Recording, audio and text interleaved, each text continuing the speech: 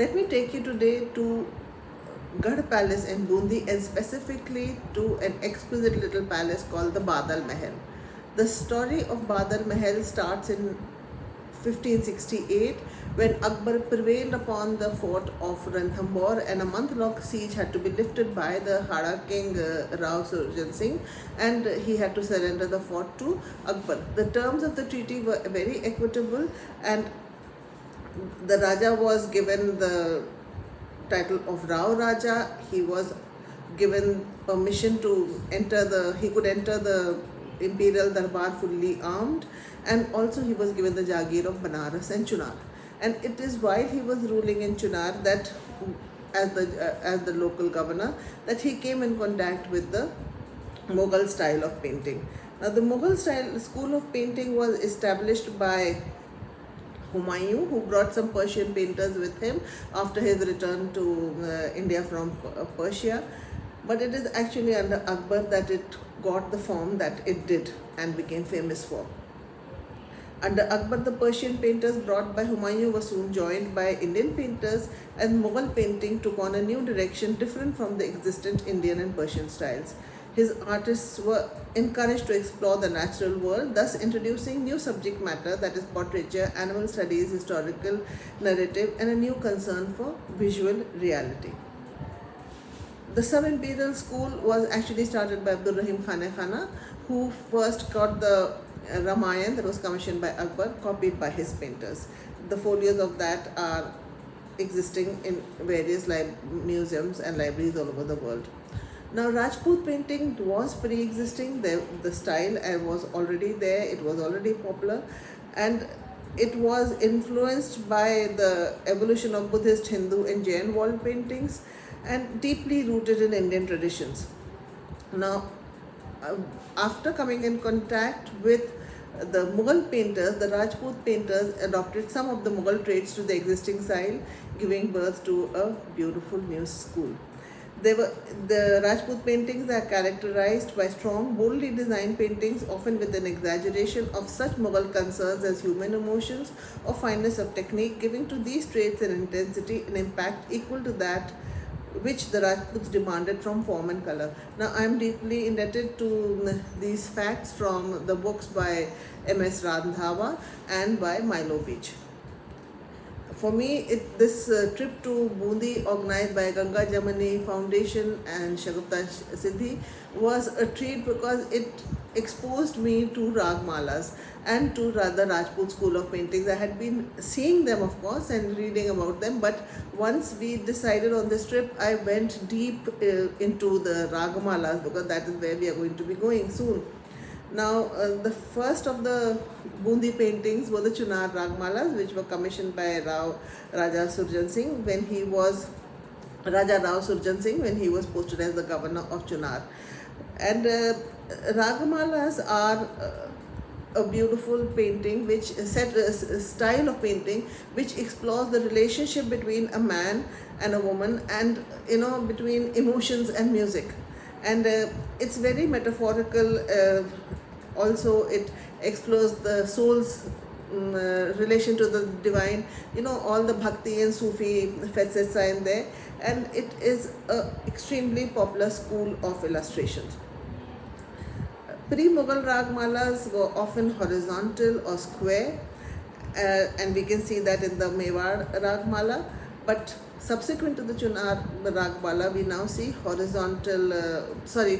vertical Ragamalas with border decorations of arabesque and cartouches, which directly show the Mughal influence. Next, now to come to Badal Mahal.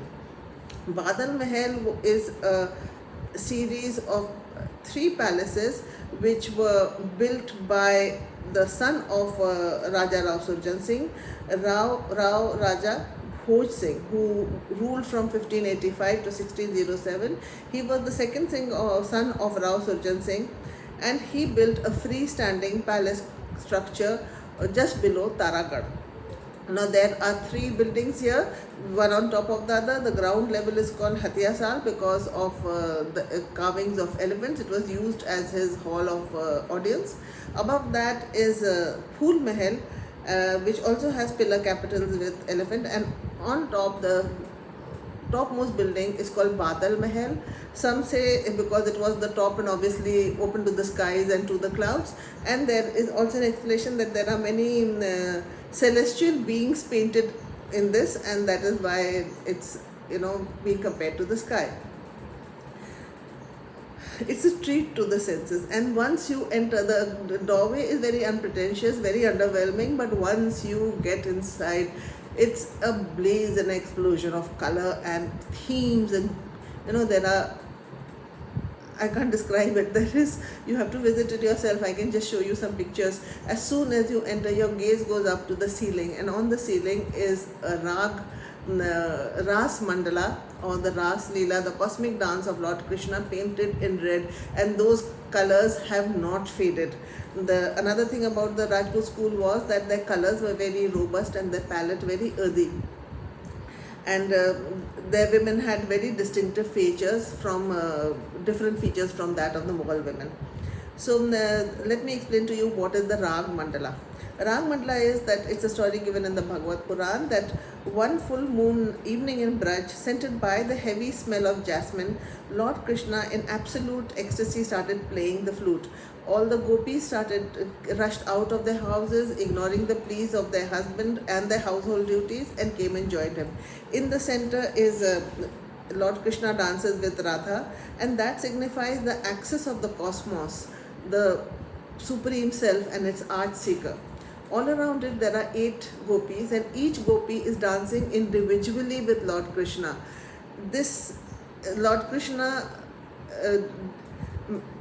projected himself in such a way that each gopi felt that she was dancing with him individually, and they link their arms together and form a circle around Krishna and Radha. This is the realization of the divine within and the total surrender to the divine as envisaged by the Bhakti and Sufi movements. And the husband stopping them, the household chores, of course, symbolize the material world. On the periphery, there are musicians. Now, next to that, Raag, the Ras Mandal, are again various themes from a religious text. On one side, you have Lord Ram and Sita in a chariot, and you can see Lord Hanuman around them. On another side is Lord Krishna and Rukmani. Their charioteer is Ganesh. There are squinches on the top and coming up from the bottom. Squinches are a technique which helps to make a square or a rectangular hall or space into a rounded vault. The squinches on the walls have paintings which show some Europeans, but the ones on the ceiling show the avatars of Lord Vishnu. They have some celestial beings, and they are just glorious. Two of the sides walls have one has a painting of the Raja himself inspecting a painting of elephants, which is very similar to that of Jahangir inspecting paintings. And on another side you have the marriage of Krishna to Rukmani, the birth of Krishna's son. These two would of course be around 1650, and they show Chhatrasal according to Milo Beach. Now these paintings were not done only under Surjan Singh, they were done under Bhoj Singh. They were done under Bhoj Singh, under his son Ratan Singh, and under the grandson Chhatrasal Singh. So it took a long, it's spread over a long period of time, and you can see the improvement in the technique. There are 4 bands in this room, the ceiling. Then you have a lower band on the wall which depicts elephants fighting each other, hunting scenes and court scenes. And below that is the Ragamala, 36 of them in niches and on the wall space between the niches, and a red band at the bottom. Now another story that is very beautiful there is the love tale of Madhavanala and Kamakandala. This was a story that it was written in 1583 by Jodh, a court poet of Akbar, and was a popular subject of Rajasthani painting. The young Brahmin Madhavala was exiled from his country, Pushpavati, by a king Gobind Chand, who envied his youth and good looks. While exiled, he meets the beautiful dancer Kamakandala, and he woos her and he falls in love with her. But Kamakandala, mistakenly believing that her lover has died, kills herself, and then Madhavanala also follows suit. Now, in this particular painting in Badal Mahal, Madhavanala is not shown as an ascetic as he normally is, but as a Rajput noble. But when I went in there after the Raag Mandala, the first thing that I noticed was, of course, the 36 Ragamalas. As soon as you enter, in front of you, there's a broader niche than the ones of the rest. And after that start the 36 Ragamalas. Now the king would have been sitting somewhere near the entrance of the, opposite the entrance, and all around him surrounding are the Ragamalas. Now what this room was used for, we don't know. One of the guesses is that it was a room for celebrating arts. There would have been dancing, there would have been singing, and the musicians could have possibly played the Ragamalas. Today we do not have those 36 Ragamalas. Now the Ragamalas are in classical Indian music, you have 6 rags, and then you have the Raginit, which are the wives, and Rag Putras and Rag Putrit, which are the sons and the daughters. Now the Ragamalas are also called the necklace of modes of music, and in these paintings the mood and sentiment behind the traditional form of Indian music is visualized. Mr. Kumaraswamy described the Ragamala as profoundly imagined pictures of human passion. Most show the joys of love and union or the pangs of love and separation. The Ragnis are normally love and separation, lovesick heroines, Naikas pining for their lovers. They watch peacocks, black bucks, and with their music. You have various animals in this, including deer. In fact, Raag Todi is a woman playing veena while there are deer around her.